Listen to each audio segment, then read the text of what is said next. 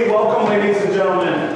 Thank you so much for coming out tonight. I really appreciate it, taking some time out of your evening, to come out and be around football and talk a little bit about football. My name is Eric Vanberg, and I've been a teacher and a coach here at Eastview for 20 years now. Overall, I think I'm 25 years being a teacher and a coach. I grew up in a small little town, well, it's not that small, town in Iowa called Fort Dodge, Iowa. And somewhere back in like the mid-1980s, I'm a little kid. I'm a short, chubby little kid. And I went out for baseball because that's what all my buddies were doing. And I think I set the record. I'm the only kid in Fort Dodge history to strike out on the tee. I couldn't hit the ball. My hand-eye coordination was a little bad, wasn't very good at it. So I tried basketball, and I went to basketball, and I was there. I couldn't really jump that high. I wasn't even that fast. But they let me play, and I wasn't picked very high, and they ended up drafting teams. So baseball and basketball were not really my thing, but football was. And I think this is, football was a place that I got to go, and I had value. The other kids around me, I struck out on the tee and I couldn't play basketball very well, but I had value on the football field. And I still think back to those times, the coaches that I had, my teammates that I had great coaches, great teammates. They encouraged me the whole time. They made it a passion for me, and I'm loving playing football. It's become an anchor in my life. A number of other things have become anchors as well, but I still think back to the friends I made playing football in high school are still my friends today. The friends I made in college playing football are still my friends today. And it has given I'm so coachable, right? So tonight becomes a very personal thing for me. As I listened over the last number of years to people ripping on the game that I love, and I sat and listened, and I feel like, hey, you know what, I understand that you have your right to your opinion, but somewhere along the line, a lot of us, and the coaches, a lot of them are here as well, we kind of felt like we need to be able to make our case as well. And I think that's kind of where this started. I know myself and Coach Sherwin, Coach Pushner, talked a lot about this, and how do we want to present this? We want to be able to get our feelings out there some way and let people know about the good things that are going on in football.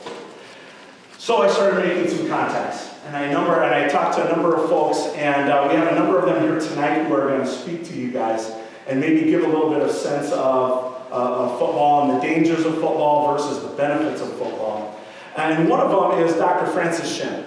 He is the head of the Shen Neuro Law Center at the University of Minnesota. He's a professor of law, and he spoke to the football coaches 2 years ago, and I was in the audience. And I listened to what he said, and I thought, man, this is a message that we need to get out as well. He has graciously shown up here tonight, even though I believe his flight leaves in about an hour and a half to 2 hours, right? That's right. Somewhere there. So he has agreed to come out here, wants to speak at the beginning. Once he's done, he's going to take off and head up to the airport. But Dr. Shen, thank you for coming out tonight. If you can't hear me, let me know, but I think we can go without the mic. So I was going to talk for about 7 minutes, and then again maybe answer a couple questions. I do apologize. I have to run to the airport, but I want to say at the outset that if you've got follow-up questions, let me know. I'm not going to go through a long presentation, but I teach an entire semester course on sports concussions in the law. I've led the last 2.5 years with the support, I want to acknowledge, of the University of Minnesota, a Grand Challenge grant with a group of 6 at the University of Minnesota and then partners across the state, Mayo Clinic, Centric Care in the middle of the state, a number of partners, study of youth sports concussions with a particular emphasis on football. So I've got a lot more to say, but I'm just going to give you a couple highlights. But if you say, well, I wanted to know more about this or that, Coach has my information, I'm happy to follow up. So I just want to talk about, I'll say a little bit of my intro and then 3 things. Risk, benefit, and weighing the risk and benefit. But before we get to that, let me just introduce myself as Coach did. I'm not from Minnesota. My wife, I've got 2 kids, and we all moved here in 2012 to take positions at the University of Minnesota. I teach in the law school. I'm a member of the graduate program in neuroscience, and my whole world is thinking about what have we learned about the brain and how do we make better policy and law. And that might be Alzheimer's in the brain or addiction. and it certainly could be brain injury and the law. And I'll give you a way to punchline at the beginning. Some think that based on what we've learned about the brain and the effect of sports, in particular football, on the brain, what we should do is eliminate football altogether. And that's not an extreme position, actually. I mean, to me, I think it sounds extreme, but there are many who take that view. And one of the things that I want to emphasize here is that I think what we've learned about the brain encourages us to rethink some of the things that we do in sports. And by the way, that's already happening, led by USA Football and adopted by the state of Minnesota, Minnesota State High School League, Minnesota Youth Athletic Services, and others. But it doesn't go so far as to say, let's eliminate it altogether. That's what I do spend my time doing. I was born and raised in St. Louis, Missouri. Went to school, did play football there, though not after my freshman year. Ended up doing other sports. My brother played all the way through. My father at home, God love him, still puts in the VHS tape and watches when my brother came off the end and blocked an extra point attempt that helped take our team from districts into sectionals. As my brother said, he's never had that many. He's now a physician scientist, by the way, an oncologist recruited to MD Anderson, top cancer center in the nation. He said, never again have I had 5,000 people going that wild. Just an amazing experience that's meant a lot for our family. So that's a little personal background. Let me talk about the risk. One of the papers that we published last year summarized about 100 studies. It was called How Dangerous Are Youth Sports for the Brain. And let me give you the bottom line on football. And there really, I think, two parts to it. One, football as a contact collision sport is more dangerous for the brain than some other sports, like cross country. Okay? So it's not the case that there's no risk. However, football is not necessarily far and away the most dangerous sport. Some other sports, we have this little quiz that we give when we're out like at the state fair. And maybe in this room you know it, but female, women's, girls, soccer actually has a very high concussion rate, as do some others. So football's not alone. And really the question is, well, how dangerous is it? And here I want to talk to you about something called the availability bias. Like, what is that? I'll tell you what it is. What do you know about crime? I live in Dinkytown. Actually, I'm very close to Dinkytown. Dinkytown is right next to the University of Minnesota. And in the admissions office, one of the questions they deal with, and I have a daughter too, and I probably ask it too, is, just like, tell me about the safety here around campus. Almost the only thing everyone knows about, unless you live right there, about safety is what you see in the headlines. What's available to you. And guess what? No one ever reports tons of students had a wonderful party, came home absolutely safe, right? They would have to do that every day. They'd have to fill their entire papers. And so one of the things that begins to happen is that you see only a couple of headlines, the extreme ones. You think, man, anyone who lives near the University of Minnesota is going to get mugged. And would that now is the case, that I'm going to say this in a second, the crime rate's a little higher there. And you don't do things exactly the same as you might do here, like at 2 a.m. you better lock your car, right? And probably you don't want to be out by yourself at 2 a.m. So you do things a little bit different, but do you take it to the extreme and say, we're not even going to send anyone ever to the University of Minnesota, right? Or we're never going to go to TCF Bank Stadium because anything close to, no, of course not, right? The availability bias. And that's one of the big challenges with football. The only headlines you will see about concussions in football, I guarantee you, we've done a little study, are negative stories. So did you know that the link between, if you said, well, I wonder what the link is between suicide and playing professional football, you would probably think that those who play professional football are more likely to commit suicide than those who aren't. The best epidemiological studies, however, when they compare those who played in the NFL alongside comparable cohorts of those who have not, suggest that in fact the suicide rate is lower. Now, we don't know exactly why. There could be a lot of different reasons. But the point is simply that you've got to kind of take a deep breath when you see some of these headlines. So the last thing I want to say just about the risk is the estimates are typically done in what are called, how many opportunities do you have to get a concussion? And in a typical, let's say, you can either get it playing practice or you can get it in the game. And we have a little quiz where we ask people to estimate, we won't go through it all. We say, there are 10 teams in the football league, 25 players on the team, they play this. It sounds like an SAT question, but it's not. And the bottom line is that this type of youth football program might expect, 5 concussions over a season, which again isn't zero, there's some risk, but also isn't, as many of our respondents guess, 100. 500. We have some respondents think every single player who puts on the pad is going to get a concussion, right? It's just simply not the case. The evidence suggests that the vast majority of those who play football or any other sport, frankly, are not going to receive a concussion, and the vast majority of those who do receive a concussion will recover on their own within 2 or maybe 3 weeks. Which isn't, again, to say there isn't risk, but is to say that the risk that's portrayed in the headlines simply doesn't line up to what the data suggests. And again, we have a question to talk about it more. So that's the first thing on the risk. There's some, it's not as bad as the headlines say, does vary a lot sport to sport. All right, so what about the benefits? Well, point number 1 is on the risk, there's some risk. What about the benefits? This is a point of emphasis now in the work that we're doing, because it became evident as we were going through this research that there's virtually no conversation about the benefits. For those who participate in football, coaches, staff, athletes especially, they will tell you about the benefits, but again, all you see on the headlines, and actually in the academic research, the published research, is all on what are the risks, what are the risks, what are the risks?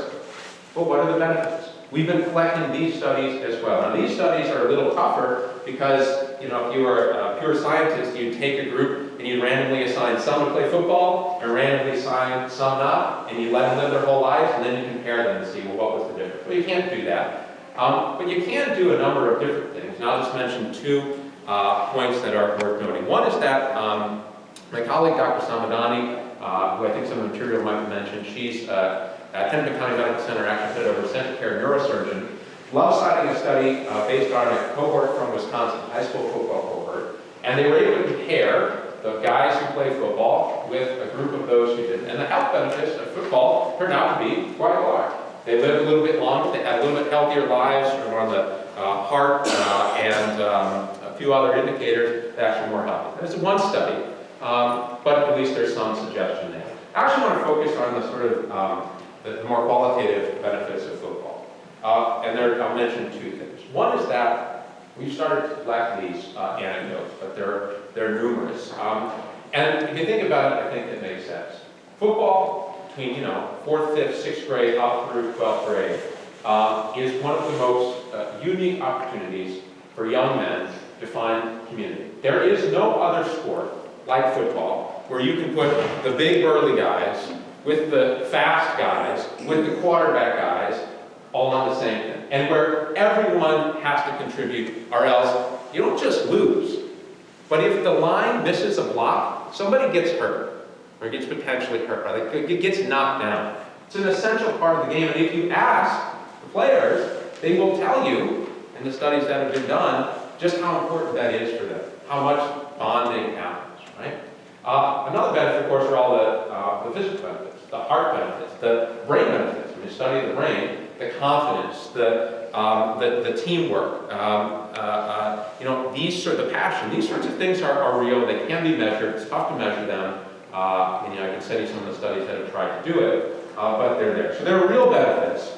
They're not mentioned in the headlines. They're tough to capture kind of scientifically, but I would encourage you to ask those who play and to listen for the consistent message. And I think you will consistently hear about these really core benefits. One last point of data that's kind of interesting. We have more time, I'll show you the slides from it. As you know, there's no professional women's football. But there have been a few experiments, and there's one league in California about 10 years ago. There might be, the league continues, but there was one study of a league 10 years ago. And they asked the women who played, they said, and one of the questions was, do you think that this the physical contact with football mattered to you? And uniformly, the answer was yes. They talked about how it was liberating to be able to use their bodies in this way. They felt how the experience gave them, in that team bonding, they experienced in no other sport. These are all athletes playing a lot of different sports, right? There is something unique and special, I think, about the sport of football. And if you kind of open your ears and begin to listen to it, you begin to see it. I'm sure you're going to hear more about it. All right, so my suggestions to you is that there are risks. Don't walk out thinking, I heard this guy say there's no risk to football. No. There are risks. But I suggest to you that they're not the risks exactly as they're portrayed in the headlines. 2, you don't hear about them in the headlines, but there are benefits. There are real tangible benefits, and you can go find out about them yourselves by asking those who play. And asking those who have played, and asking about how it affected their lives and continues to be a part of their lives. All right, so risk and benefits, and what's the last part? Well, how do you kind of put that stuff together? Or what questions will I ask when my kids get, some of your kids' age, my kids are 5 and 7? Well, the risk and benefits aren't a given, and they vary a lot team to team. So the risk could be greater if the coaches in your program don't, for instance, understand the Minnesota State law on sports concussions, which I spend a lot of time thinking about. They could be reduced if your coaches are doing the things that they should be doing. We were just talking before that it used to be the case, not all that long ago, maybe a generation before mine, where it was seen as stronger and more manly not to have water for your athletes. If you could make it through a practice without water, that was a sign of strength. I think that's ridiculous. I don't think the medical evidence suggests at all. If you look at the professional leagues, I mean, they've got this, we've invented Gatorade and all these other drinks to try and improve fluid. And same thing with the type and the nature of the drills that are being run. You can ask about that. Right? So risks aren't a given, and I would encourage you to learn more about the particular program and say, how do you address this? What are you doing? And I think you'll get, certainly at this school and many others, really good answers for that. By the way, USA Football as a program is introducing a gradation so that they don't just start at age 8 banging heads, but they learn the skills, right? And then introduce, much like hockey, you introduce the checking later and so forth. So that's one of the risks. Then the benefits, again, look at the program and talk to the coaches and experience the program and see what's happening. I mean, the proof is in the experience of the young men who participate, middle school, at high school, and the alumni who've been through it come back. And I know there are some of the athletes here, and they're going to be talking, really interact with them. I'll just close with an anecdote. I mentioned, my high school, St. Louis University High School, and I think it's great you're doing this program. We used to have a C team for the freshmen, a B team, and then the varsity. And I remember the C team. I mean, it was a great day when I made the team. We had all these people try out. There were tryouts. It was a big deal. I learned last year, I was back at the school, that they've had so few football kids coming out now, they had to consolidate the B and C teams. There's no longer tryouts. Basically, you show up and you're there. And I think that's a real tragedy because although I played only 1 year, my brother played 4, I know for my cohort it was a really important thing. And then the sports I went on and played were tremendously important to me. And I'm in the majority in the sense that no concussions, no long-term negative effects, only positive effects. You can't take my word for it. You should look at the data. It's not risk-free, but nothing is. The benefits are there, and I hope that you'll consider, engaging with your coaches here and thinking it through as you make your individual decisions.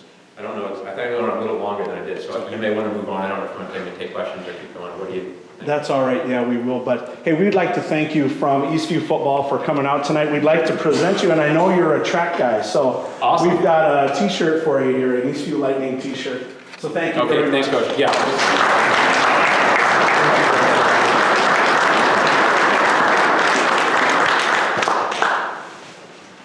2 years ago, we had the State Football Coach Association, again, was trying to react to this a little bit as well, and they put together a video. It's only about 4 minutes long, but we'd like to kind of put it on now because I think it's pretty important. You'll see probably some people that you know on here, and I think it has a great message, so we'll play this. Where to begin on how football has impacted my life. It really is the ultimate team game. There's something really special that you get out of football that you really can't get anywhere else. I think you find student athletes that are selfless. They will give themselves to the team for the benefit of the team before themselves. Friday Night Lights is a community event. Playing on Friday nights and the magic of that experience, and you never want to let go of that. When we have a Friday night football game, the entire town comes out. When we go on the road, our town travels with us. I think that really helps our kids feel like they're part of something really special.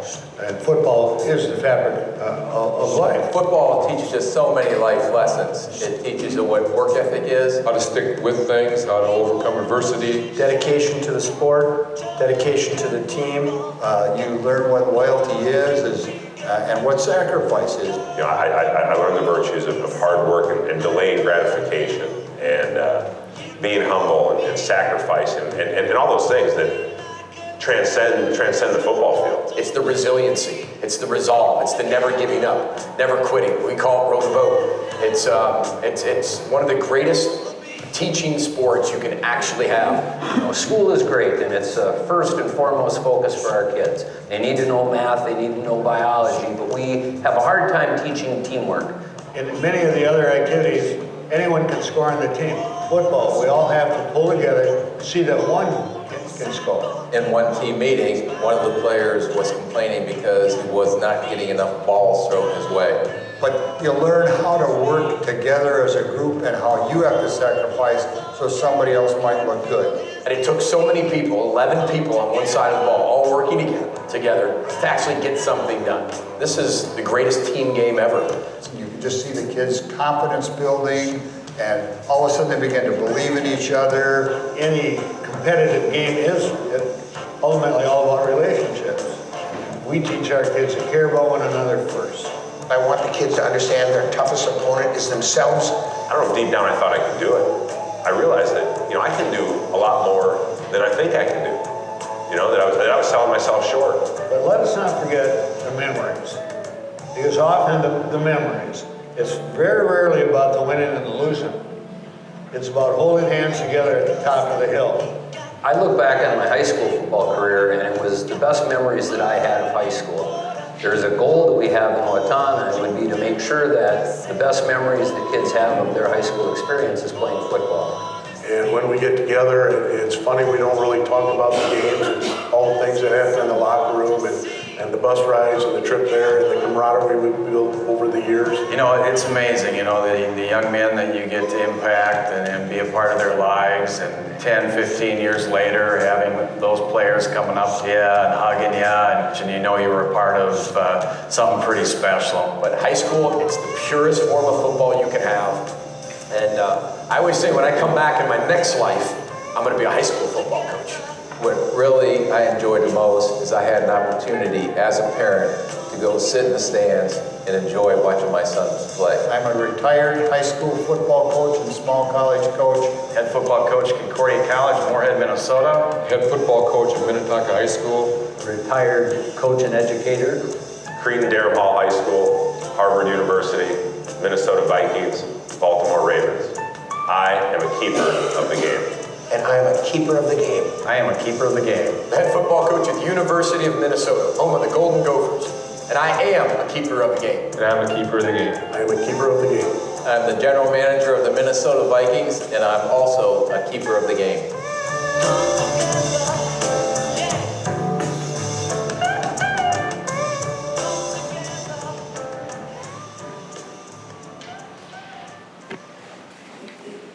One of the things I think you heard over and over there again is the memories. And as I talked to the kids at Eastview High School, this group that just got done having their season, one of the things that they'll, over and over, the thing they remember is singing Country Roads by John Denver in the locker room and on the bus, and some of those things that take place, and that can only really happen in a football locker room sometimes. And those are the memories that they keep. The other one that they mentioned was the night that we won the section championship. And we won the section championship over at East Ridge High School. Everybody is celebrating, everybody's having a great time. And I was celebrating as well. And unfortunately for me, I jumped up and I landed. And I went to the ground. I had severed my patellar tendon. And it was a difficult time, but that's where I met our next speaker. Dr. Randall Lewis is a orthopedic surgeon at TCO. And he and I spent some time together, and he repaired my patellar tendon, and it's ready to go again. But we also got a chance to talk a little bit. And it turns out he's from a sports background as well. And as we talked, I said, hey, how would you like to come out and talk to some parents and some kids about the value of football? And lucky enough he did. So thank you very much for coming out.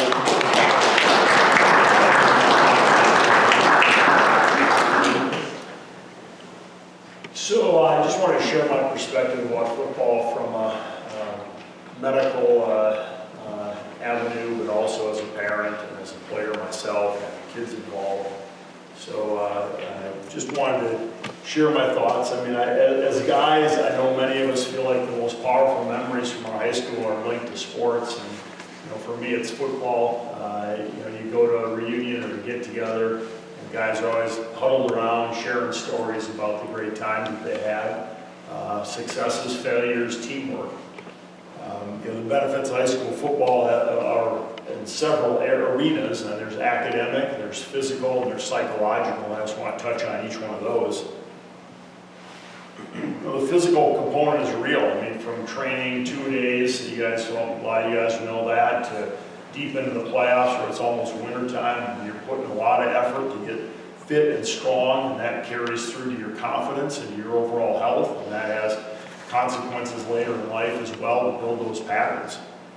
Although injury is possible, the statistics show right now that football's safer than it's ever been. Catastrophic injury is relatively rare, and that's due to coaching, it's due to technique, it's due to better equipment. In terms of actual injury risk, there's a big study called the Piper study out of Colorado, and it showed basically a 1 in 500 chance of injury in practice and a 1 in 100 chance of injury in game. Those rates are only slightly higher than other sports. We all hear about how terrible football is, and that's the whole gist of getting this thing together, is to try to reverse that message. In addition to all the positives, the risk is probably a little overstated. It's certainly less risk than things like skiing or skateboarding, trampoline use, ice skating, and very close to sports like lacrosse, wrestling, and hockey. Dr. Shen went over the concussion thing, so I'll pass through that. As a surgeon, I see fractures, sprains, contusions, things that may scare parents or kids, and maybe not so much coaches. But those things heal quickly in adolescent populations. And of all these injuries, only 10% require surgery. Most kids rehab, it takes some time out of their life, but a lot of them end up coming out of the pipeline as good as before and back to playing sports. So even in the small subset that do get serious injuries, there's a lot of modern technology to get them through and have them keep going. Football gives kids more strength and stamina. I think with that, a lot of self-confidence grows and health for the future. I think the other thing is the benefits of football go well beyond the body. And I did a fair amount of research to look at different studies that showed how the diligence and effort that's on the football field translates to academic success. The CDC, Center for Disease Control, had 43 studies that showed a linkage between physical activity in sports and academic success. Some other studies here: higher grades in math and science, better graduation rates, higher AP class registration, future success in terms of higher starting salaries that continue through a lifetime, higher levels of philanthropy. Interesting Harvard study that linked physical activity to brain development, and particularly the parts of the brain that's for self-control and learning. Very important for kids these days. A favorite quote of mine. Basically, day by day, what you choose, what you think, and what you do is what you become. So, it sounds like something about football to me, because if you're going through practices, putting through physical effort, sacrificing for your team, those things in turn develop your own character, and that stays with you for a lifetime. So, we all know that we're kind of in a fierce daily battle for the souls of our kids. I've got 2 sons that recently finished high school, and, our competition is basically instant gratification. That's in our culture. It permeates society. There's isolation, self-doubt. You see that in teenagers all the time. It's a high percentage of worry. Social media too, it really pulls individuals away by trying to keep up with everybody else and always being on their phone, and we really want to try to steer people away from that. I stole this from Gary Larson, The Far Side, and modernized it a little bit, but we as parents, we see what modern kids are doing most of the time. We know it probably doesn't translate to success in the future, so we really want to shift people away from that. I think we're in a society basically that gets what we want when we want it. And I'm no different, we're all no different as parents. We basically, we don't want to stand in line at Starbucks, we don't want to stand in line in the grocery store. Sports and football really teach deferred gratification, which is hard to find anywhere in society today. Practice is a grind, memorizing a playbook, conditioning, putting time in the weight room. We all know this takes a big toll on people in terms of their spare time and their effort, but it pays off. These are lessons that are learned for life, because the successful people in medicine, in business, and teaching and coaching as parents are usually the people that can do the hard things early and reap a bigger benefit later on. Football, I think, is a metaphor for life in that way. We all know how difficult the teenage years are. Up to 40% of teens feel isolation and depression. Being part of a team gives kids basically a place to be and some place to be a part of as well. Self-sacrifice and deferring gratification within a group really gives kids a sense of confidence and unity. Again, I think football is a metaphor for life. The same thing. Finally, we all know that we're in a time of self-promotion, the look-at-me generation. If you ever grab your kids' phones and see what they're doing, they're always posting Instagram stories, Snap stories about what they do. And even ourselves, we're always on Facebook showing the world what we do and how unique and special we are as individuals. We're all happy to say what we bought, where we've been, who we're doing it with. A lot of data out there shows that leads to depression in adults and definitely in kids. I think much of our calling is to be something bigger than ourselves, make personal sacrifices for something that's more important, for others and for our team. I'll leave it to you individually based on your faith and your personal philosophy to say, what is your team?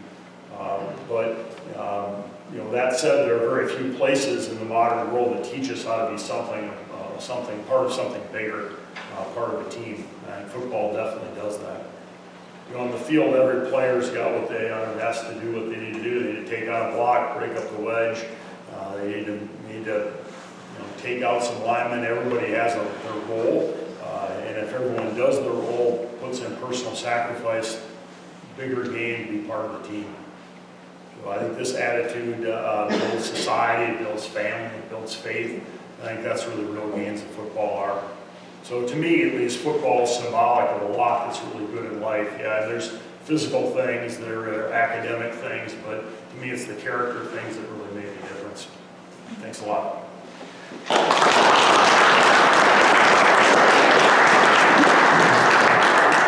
Dr. Lewis, we'd like to present you with an Eastview t-shirt as well. I know it'd be great. He's on our sideline most of the time anyway as our team doctor, so it'll be nice for him to have a t-shirt to wear. Thank you very much. Hey, our last speaker of the night is going to be our head football coach, Kelly Sherwin. 20 years ago, I was fortunate enough to be hired by Coach Sherwin to be a coach here at Eastview, and I have never regretted it. It's been fantastic, so we'll let him. I'll turn it over to him. Hey, first of all, a special thank you to Vandy and Coach Kushner for kind of putting this event together. As Vandy said, we've never done this before, and hope it'll be something that we do more as we go through the future.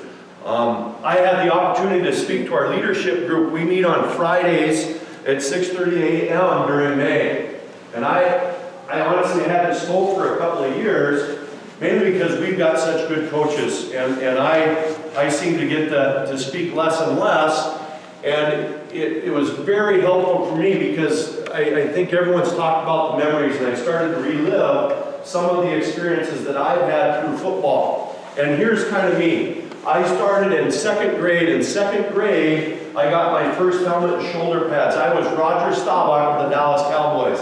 And I had 7 other buddies, and they were all a different NFL team. And we spent our days all year long playing what we called in the day kill the quarterback. One guy would get the ball and run around, and everyone else would chase him and tackle him. And once you got tackled, you gave the ball to someone else. For 3 years, that was my life. I remember in second grade, I had to go to the principal's office because my buddies were coming home, and instead of going to, we had open campus, a small town in Montana, instead of going home to lunch, we'd go to my front yard and play football, and someone drove by and saw us, and we got in trouble. So 3 years I was Roger Staubach of the Dallas Cowboys. Then I went into 13 years of organized football. In 5th and 6th grade, I played flag football. 7th grade, I was going to get to play tackle football, but I was practicing for punt, pass, and kick. I slipped and fell and broke my arm. So I did get to play my 7th grade year. I played 8th grade, and then I played 4 years of high school. I went on and I played at Montana State University 5 years because I redshirted 1 year. So that kind of takes me through 13 years of organized football. And then since then, I've been, this next year will be my 32nd year coaching the game. So I don't know what that adds up to 47. Next year will be my 48th year of somehow being involved in football. And I'm biased. I am biased towards the game. So you can say whatever you want, read those studies, whatever it is, and all of my observations are based on my personal experience. I'm not going to talk about medical things or anything like that. I think I understand. I've gotten 2 concussions in my life.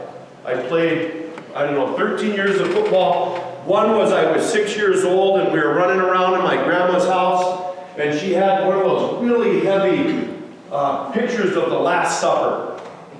And I went and I ran into her house and I was going to hide behind the wall, and I hit the wall and that thing fell on my head. So there was my first concussion, nothing to do with football. My second one, I think I was 12, 13 years old. My older brother and my dad were changing the storm windows up in the 2nd floor. And we kind of had a little room, and they dropped the window and hit the ceiling below it, and it bounced and hit me in the head. And there's my 2 concussions that I've gotten in my life. And I've been fortunate all my years of football. I don't know that I got hit a lot, but I never had to experience a concussion. I grew up in this small town up here. I don't know, it's up there at the top. If you see Alberta, Cutbank, that's where I went to school. And I told the players, I've seen every part of the sport. I was a 4-sport athlete growing up. So I played basketball, I played baseball, I ran track and field, and then I played football. All through my high school, all growing up, I did those things. And football was my love. And I learned so much in the game. But Cutbank, small town, I told the kids, I've experienced being the superstar. I was able to be on teams and be the superstar, and I was on teams where I told them I went from all-state high school. The next year I show up at Montana State University and I'm rated number 8 on the depth chart. And all these things about quarterbacks not getting hit, that isn't true when you're 8th on the depth chart. So I've seen it from all different angles. And my conclusion is, high school football is different than any other thing that I've ever experienced. And I think Dr. Shannon and Dr. Lewis both talked about it. The diversity is absolutely unbelievable. And I just think in my coaching career, we've got players that are 6'6", 300 pounds on the field at the same time that there's a kid that's maybe 5'8", 125. And they're both just as important. And they're vital to the team's success. Coach Wollersheim will tell you, we played in a state playoff game. 38 different kids stepped on the field and played a special team. What other sport does that happen in? When is the last time you've been to a basketball game where 38 different kids got to step on the field in front of 5,000 people when it mattered? It doesn't happen. There is not another sport that provides that opportunity and all those chances for kids to be part. And it doesn't have to be the starter, and I think that's the one thing we sell in our program. Everyone matters. That's why we don't cut. We want as many kids on the team as we can that are going to experience those things. I think the diversity is unbelievable in the sport of football and team. To me, it's the greatest team game ever. And I think the older you get, the more it becomes a team game. I've been to 4th grade football, and the smartest or the fastest kid, that team can win. That doesn't happen. That doesn't happen once you start getting to high school. It becomes more and more of a team. And every single person on that field matters. One guy makes a mistake, doesn't matter if you've got the greatest quarterback, the greatest running back, whatever it is, everybody's got to participate. And it includes those 38 guys that maybe their one job is to run down and tackle someone on special teams. We can show you a film of games last year where that one play made a difference in our team's success. You know how it is. 5 or 6 plays a game really have an impact. So I think football is absolutely a special game. And there are not other sports, I can't think of another sport, when you talk diversity in team, that have what football has to offer. As I sat down, and one of the things I wanted to talk to the kids about, I think the game of football gives and it teaches. And that has been my experience for the 47 years that I've been in. And this is my list, and I started talking about it and writing things down. Things that have been important to me in my life that maybe I didn't get in basketball or baseball. Maybe I wasn't taught at home some of those things or had that experience. And the list goes on. The humbling of the game, the memories, you can see what it is to be a teammate, how important culture is. Oh my gosh, in this day and age, is culture important? Do we want our kids to be in part of a culture that's going to edify them? Or are we going to leave it up to the video game and all those opportunities and to keep delayed gratification, how to be a role?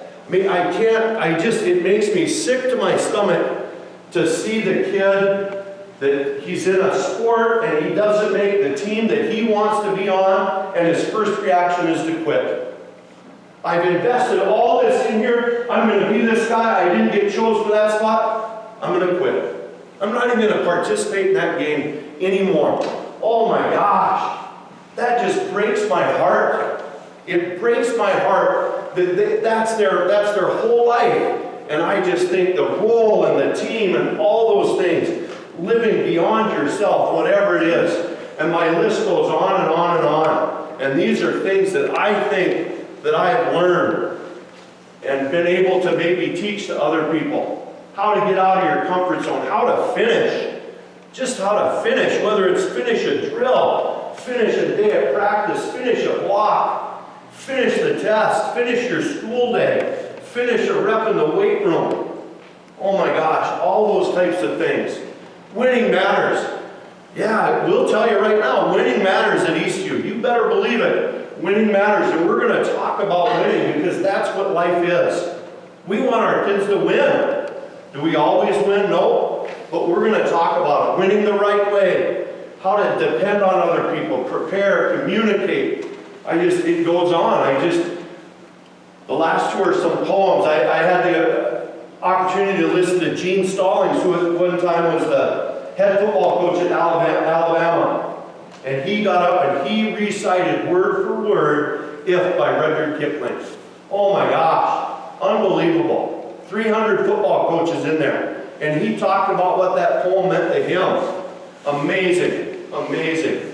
How to follow. Oh my gosh, we talk about leadership all the time, but we also got to learn how to follow. And I just think about my life as a parent and a husband and some of the things that hopefully I can give from football into the rest parts of my life. So that's just my little list. And I think we can't forget high school football and the NFL. I hate to compare them. The headlines are about the NFL and CTE and all, and that's not high school football. High school football is different. It's football in its purest form. It's not a business. It's not a business. We are here to educate. We want to educate the young people we have in our program. And we want to give them something that they can apply to the rest of their life. What about Eastview? I don't know if you know this, but the coaches that coach here are professional educators. Our job and our profession is to teach. If I want to go to a doctor, I'm going to go to someone that's trained as a doctor, right? I'm not going to go to someone off the street. And I'm just telling you, the men that I have the privilege to work with are absolutely outstanding. On our staff alone, we have 335 years. I learned tonight Coach Roundtree, I sold him short. He's got 40 years of experience himself. So that should say 340 years of teaching experience and working with young people. We have multiple head coaches in our program. Multiple head coaches of other sports that coach football at Eastview. And we're all different personalities. When I sat down in 1997 and was given the opportunity to hopefully create a staff, it was very important. I wanted to get social studies teachers, phy ed teachers, people maybe in the special ed department, English department, to be as diverse as we can, because that's what the sport of football is, diverse. And we all have different personalities. And I think that's huge. There are so many negatives with youth sports, and so many of them revolve around the one personality, right? A kid has a bad experience because of the one personality, the one head adult that's in charge. And the other adults become judgmental, and it falls apart. We think in our staff that doesn't happen because of the experience we have working with young people. And I believe in these men to the day I die. To the day I die. And I think if you give your kid an opportunity, they're going to have a great experience overall. Are we going to be perfect? No way. There might be a coach that's really dumb and calls the wrong play on 2nd and 2 from the 5-yard line versus Eden Prairie, and it might cost us a chance to win that game. And that might be me. Yep. Did it. Made a mistake. Could have done a lot of different things. To this day, I can defend you and tell you why I did what I did. But it was a mistake. And in the end, I've got to own up to that. And my lifetime of experience helped me get out of bed the next day. Helped me get out of bed the next day. We're going to make mistakes. You better believe it. But I tell you what, with 335 years of experience, it's not one person. It's never going to be one person that is going to have the impact on your kid. That's why every week a different coach sends the message. Every day a different coach ends practice. Every single day. We're going to flood the kids in our program with as many life lessons as we can. Every coach that's ever coached in this program, they've had to sign this coach's commitment. And the first 4 things are on this slide, and it doesn't talk at all about being a football coach. It's all about the type of person you are. And I've told all of them, hey, I don't care what you know about football. If you're this person, we're going to be successful. We are going to be successful. Mission, do we all know where we're going? We better know where we're going. Are you going to educate? Are you going to educate in the good times, or are you going to educate in the bad times? Are you going to be an educator? People don't come into my classroom and talk to me about football. It doesn't happen because they know I'm there to teach. And I think we've got a group of teachers that are like that. Am I going to be an ambassador to the program? When I'm in a community setting like this, am I going to be an ambassador and let people know? Am I going to be a role model for the student athletes? Because at the end of the day, we hope this is what the kids leave our program. This is the type of people we want our kids to leave. Do they know where they're going? Are they going to teach someone else some of the values that they've learned? Are they going to be an ambassador in the community? Are they going to be a role model to that 2nd or 3rd grader that's coming through? We want them to be that same type of person. And then I think if we get that type of person, these things will happen. These are things that are important to us. Am I going to get smarter? Am I going to learn how not to make that mistake on 2nd and 2? On the 5-yard line against Eden Prairie with 1 minute and 8 seconds left? Am I going to be prepared, organized, communicate? Am I going to be positive, corrective, positive with everything I see in our program? Am I going to have enthusiasm and passion? Am I going to be detail-oriented? I think if we take care of the slide before, these things fall in place. And that's kind of where we're coming at as a coaching staff. And if you know any of the men, you kind of get it. This is the final statement. I understand the above statements determine the expectations of all members of the Lightning football staff. I understand that my position on the staff neither elevates me above other staff members nor places me below my colleagues. I understand that all coaches on the staff play a different yet equal and vital role in the development of the program. I commit to work to meet the expectations of the Lightning football staff. I think if you take out the word coach and put in player, that's what you want. That's what you want. Someone that's going to be part of a team and accept their role. They're no better than anyone and they're no lower than anybody. We're all equal and we're all headed the right way in the same direction.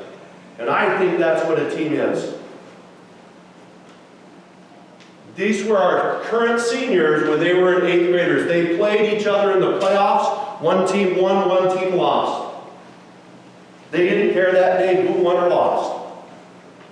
And I told them this 2 weeks ago. It breaks my heart that some of these kids aren't playing.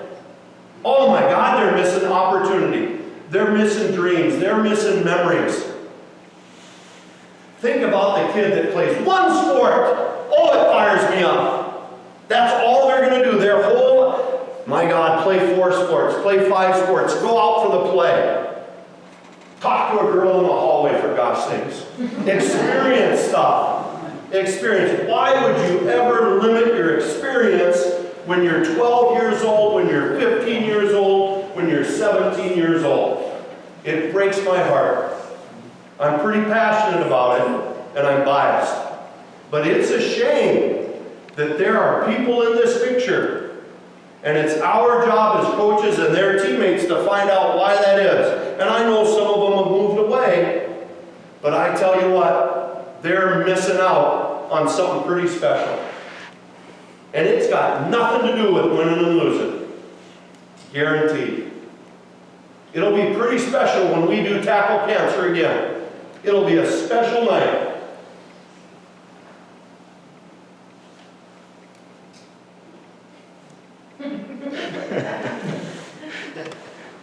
I've got a history of doing this. I need to sometimes step in and take over because Coach Sherwin does get pretty emotional. Hey, the last thing I want to do for you guys tonight before we let you go is I've got, I asked some parents. I went to a group of parents and I asked them to come in and record a message. We got a number of parents, plus we have one ex-student who's now off, and he's actually at the University of Chicago Medical School right now. And I asked them to record some things, and Mr. Fornicoya helped us put this together. But I think it's a great way to maybe end this, is let's go to the people who have went through this. So here are some parents and kind of what they thought about our program.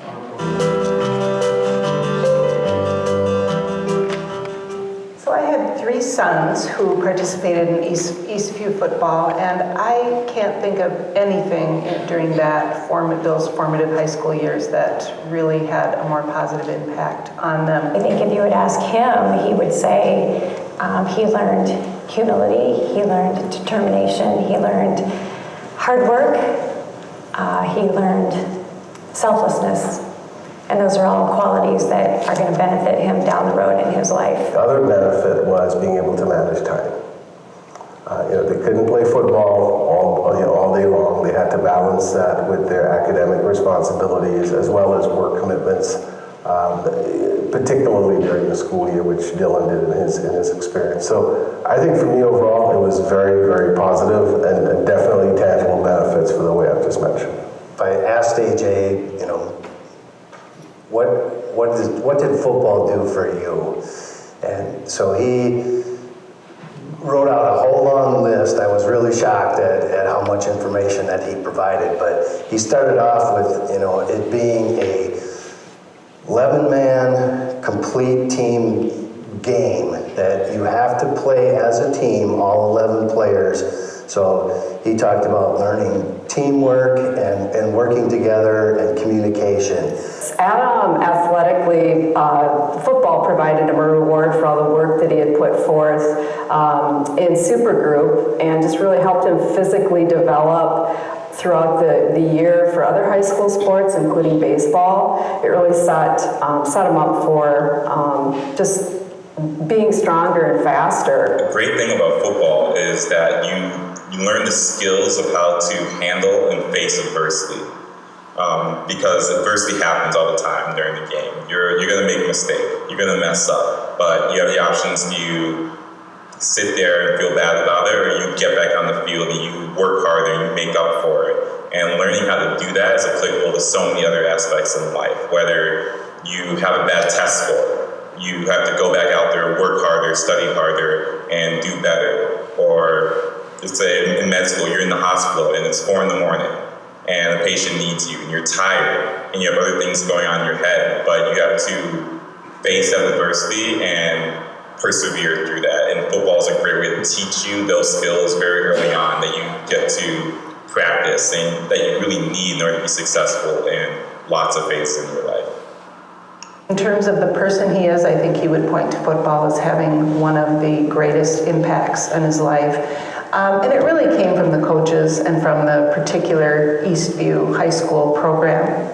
I think the benefits that he gained most of all from the leadership that he learned from football are going to benefit him down the road. Academically, football pushed Adam to really concentrate on his class work.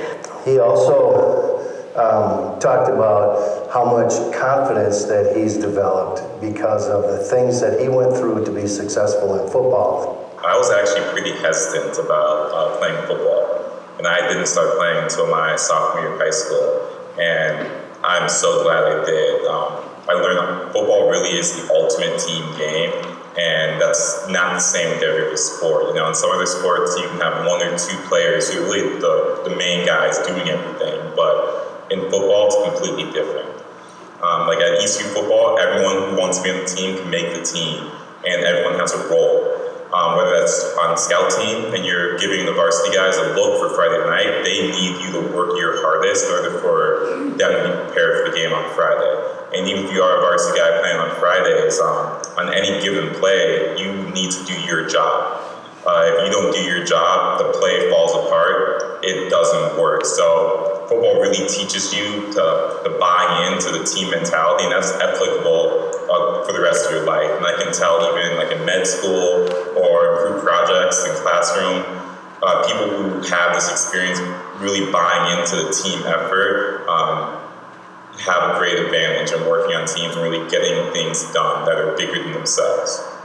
They actually read a book as a team, Tony Dungy's book, Uncommon, and I was just floored by that. I remember telling lots and lots of parents from other places that my son was reading a book as part of his football program and going in to discuss the book as part of practice, and nobody could believe it. All the books that they read as part of their football curriculum, I guess I would say, all about leadership. And if you look at his bedroom wall up above his desk, he has snippets from all these books, and he has things circled and he has them outlined and he sees them every day, and I do think that has become ingrained in him and part of who he is. I remember one night after football when I had made him supper, and at the end, I got up to clear his dishes, and he said, "No, Mom, you sit there, and I'm going to do the dishes tonight. You always do the dishes. I'm going to do the dishes." And I mean, I have great kids, but that was a big surprise, and it was a change. And I just looked at him, and I was like, "What's going on?" And later that night, I picked up the book that he was reading for football, and that was the chapter that he was reading. It was about sort of that respect for your parents, etc. And so those are the kinds of things that I saw from football.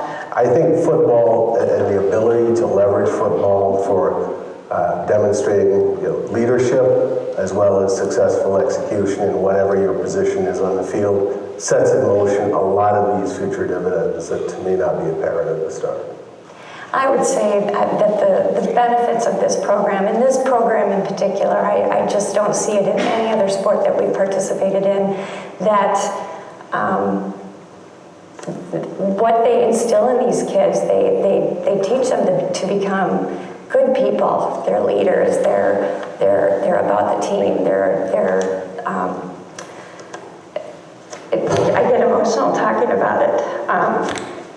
It's a good program, and yeah, I've never participated in anything else quite like it.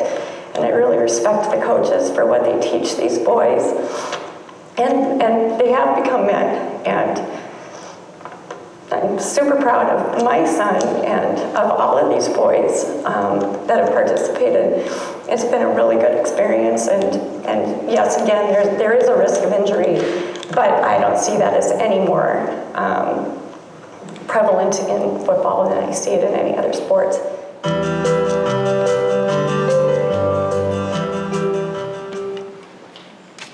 You guys, as we end here tonight, I just want to remind you, back on those tables, there's a packet of readings, and there's a number of articles that were in there that we feel pretty strongly about as coaches at Eastview. There's also a green sheet, and the green sheet is important dates that are coming up next. There's a lot of things that you can get involved in. There is Supergroup in the summer. There's how to register for football camp. If you've never played football before, give it a shot, right? I mean, we have camp, and you can come out and just kind of experience a little something going on at camp and see if you like it or not. We think it would benefit, I know, the football program itself to get more kids out there. We have a chance to work with your kids. Other than that, there are some things to be sold back there as well, if you're looking to get some spirit wear. If you have any questions, please talk to one of the coaches. There's a bunch of us around here. You can talk with us. Otherwise, thank you so much for coming out. We appreciate it. Thank you.